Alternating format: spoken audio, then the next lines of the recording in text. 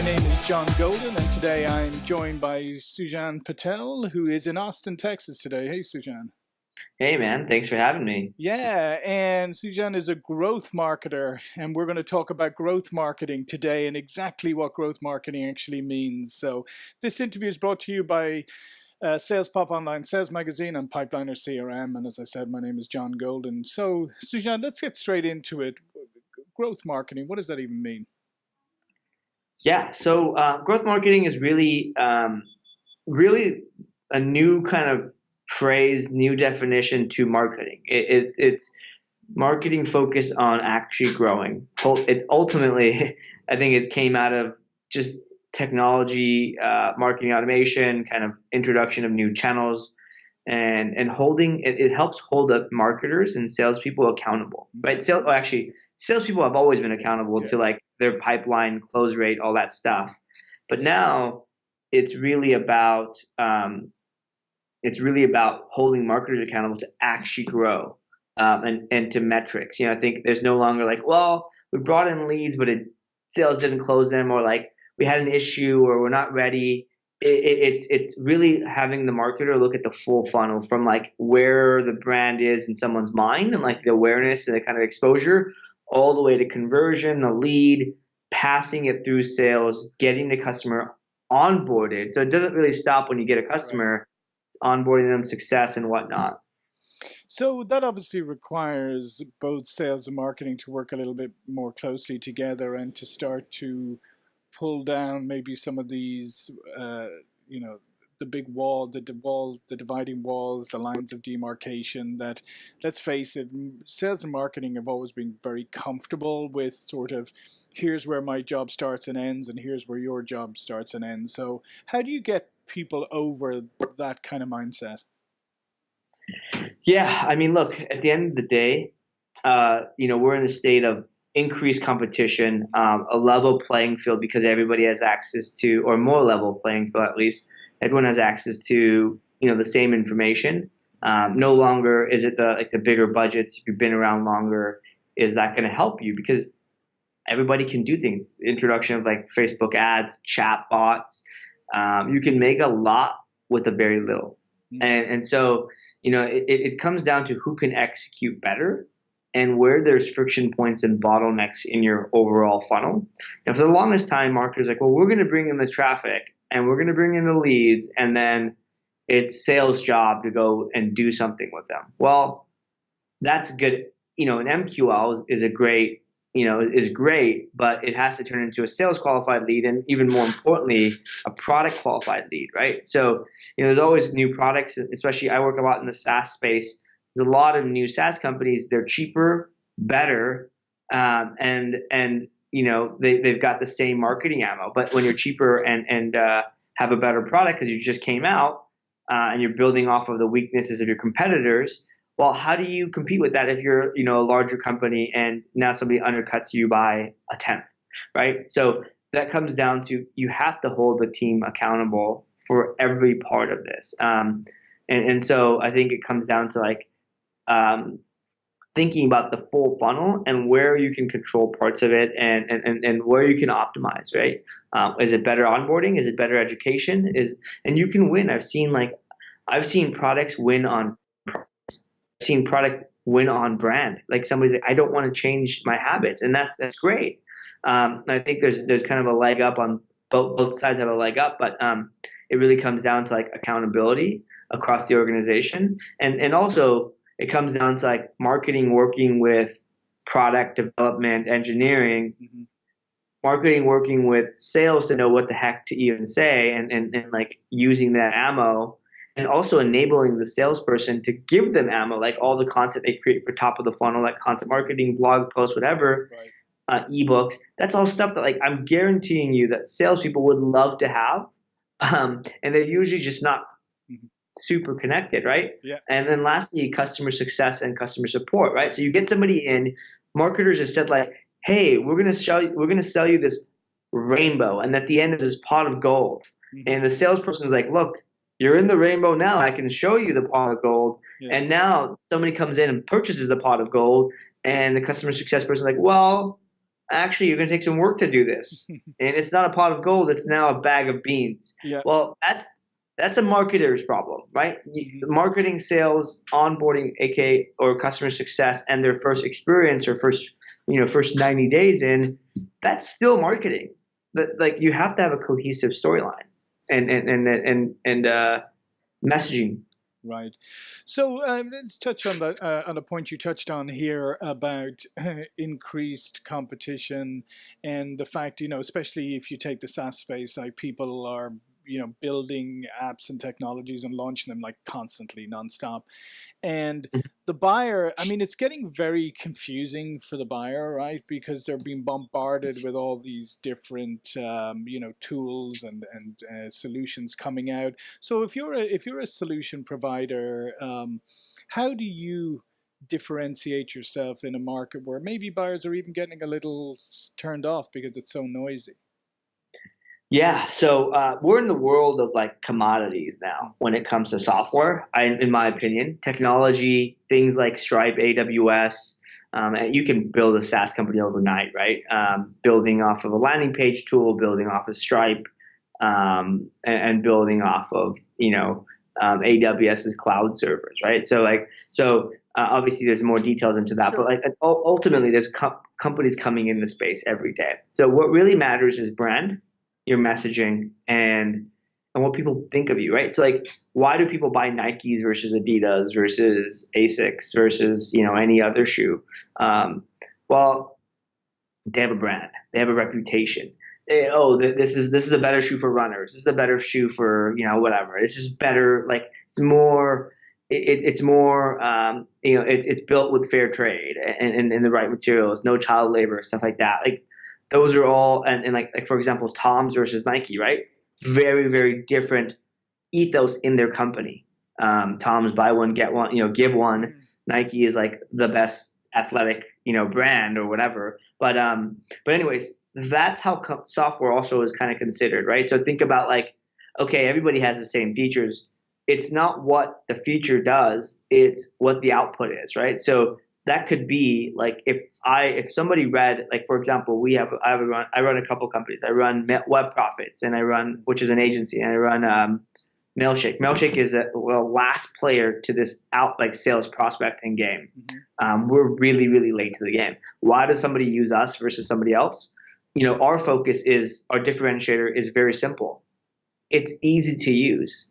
It actually doesn't. It has the least features of all of our competition, but it's actually because of that we made it intentionally very very easy to use. Right. So that's our kind of differentiator.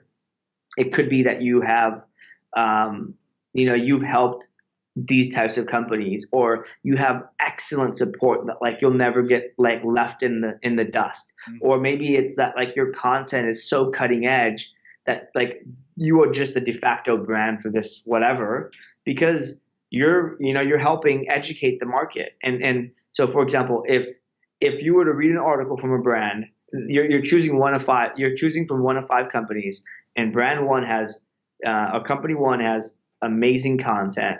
Company two has customer support, amazing customer support, and company three is the absolute easiest to use. Chances are you probably are familiar with company one because their content Right. caught you.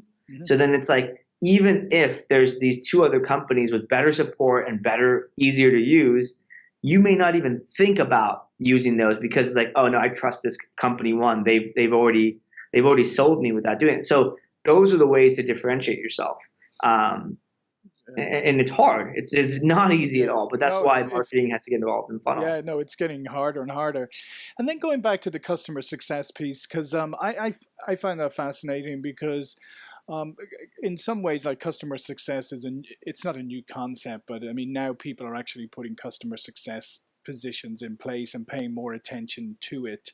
We ourselves at Pipeliner, we have, we try to do the full experience. We have customer success, so right from when you engage with us, we try to, even when you're a prospect, we try to treat you like how you would be treated if you're a customer and all the way through, right? So you Mm-hmm. get a flavor of not just the product, but the company too. But this idea of customer success, like you said, is traditionally it's often been great. I've sold you, now I'm going to throw you over the wall, and if you need anything, you've got support over there or whatever. And that tends to dilute the experience, right? You're so excited about becoming a customer, and then you feel a little deflated because they don't really seem to care that much about you anymore, right? Because once your check's cleared. So how important a role is customer success becoming?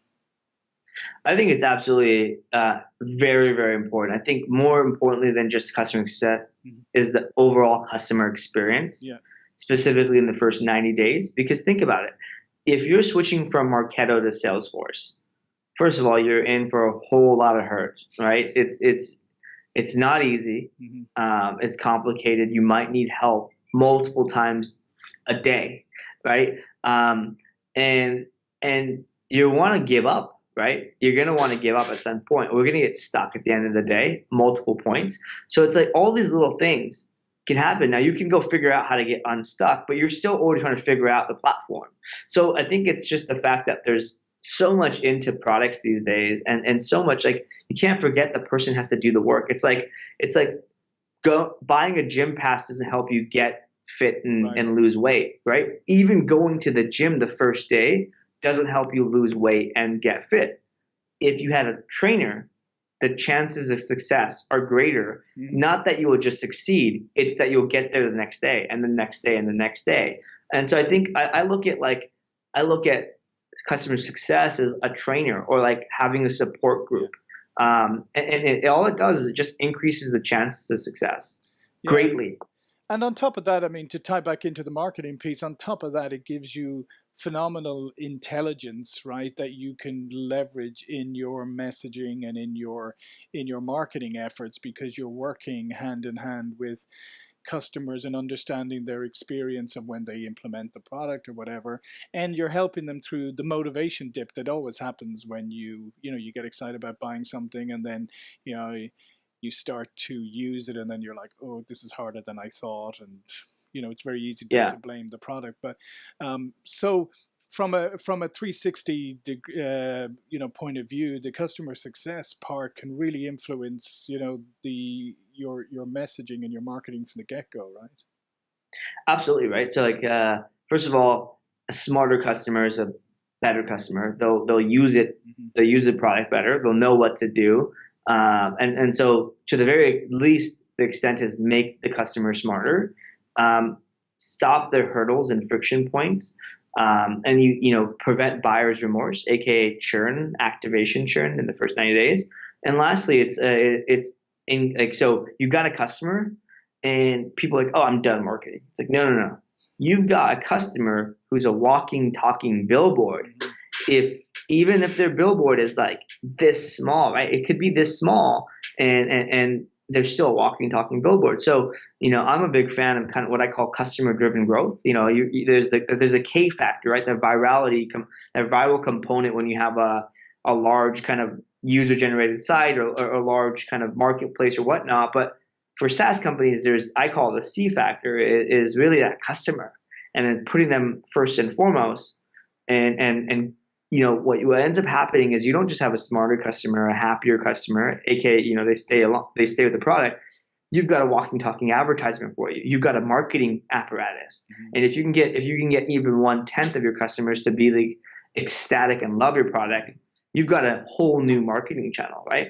Yeah. And so again, like, when you're talking about this competitive landscape, commodities game when it comes to SaaS and features, functionality, and easier landscape for anybody, a new competitor, to come in, your kind of unique selling point, or another channel, an important channel that nobody can take away from you, is when you already got the customer. Yeah, absolutely.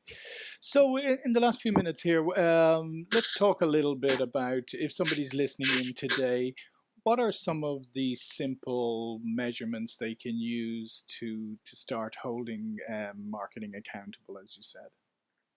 Yeah. So first and foremost, like, replace the MQL with a SQL, or even a PQL, which is a product qualified lead, meaning they've actually done something right in the product, the right thing. Look beyond just the conversion to a customer, and look at, like, conversion to an activated customer. Meaning, if there's an aha moment, if there's something somebody needs to do, like for example with Mailshake, we allow you to send emails. If you don't send emails, then our tool is useless to you, right? So it doesn't matter how easy it is to use. So I look at like, okay, we've got X amount of new customers this week for marketing. Great. Well, how many of those guys actually did the right thing? And so like, I think it's that it is the stopping point, or like not even the stopping point, the bare minimum kind of accountability that you need. So it's like activated customer. And then I think you can go further and say, okay, well, now this is a sales and customer success role, combined metric of like, marketing and customer success role of like, what percentage of customers are now telling their friends about us? So I think those are the two things you can keep accountable. Yeah, I love those. Those are straightforward, Hard to do. simple. Yeah, I was going to say simple, but very hard to do at the same It, time. it it is hard to do, but what you need to really do, it's kind of easy because marketers naturally are really creative. I think that's kind of the role. So I think you just got to get them motivated, and you got to be clear as the executive, whether you're the CMO or CEO, whatever, or founder, that this is the metrics that we want to hold people accountable to, and showing kind of transparency within the organization is really, really important. Because like in my career, I've been doing marketing for 14 years now, and in my career, most of my success and growth has come from like working with different organizations and getting them to be like marketing cheerleaders. Like at my last company, when we got our customer support team and sales team to send content that we wrote from our blog at the end of their conversations to make the customer like give them a little oomph. And all we had to do was categorize it to whatever keyword or topic that they may be, and the sales and customer support person can choose. I think we increased sales conversion rates without even trying. Right. And it's like we already had all this stuff. So it was just efficiency within organizations between, and it starts with communication between departments. Yeah. So knock down those walls, right? Yeah. And get away and from it's like, that. it's really easy. Yeah, and get away It's from really that easy. idea that good fences make for good neighbors, because that's something that's pervasive in a lot of organizations. You need to tear down the Yeah. fences. All right, well, listen, this has been great, Sujan. Do you want to spend a couple of moments just tell the people who are watching a little bit more about you, your organization, how they can contact you? Yeah, so I run two companies, Web Profits. We're a growth marketing agency. So we do all the stuff we talked about. Like it's not easy, it's hard. You can find us at webprofits.agency. Also, you can find me on my blog, sujanpatel.com. If you got any questions or whatnot, fill out the contact form at the very bottom.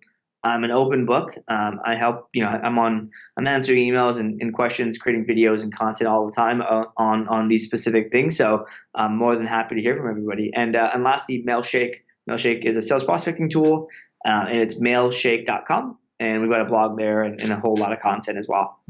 All right. Well, listen, thanks for joining us today, Sujan. My name is John Golden from Pipeliner CRM and SalesPOP Online Sales Magazine. This was another expert interview, and I'll see you all for another one really soon. Thank you. Thanks.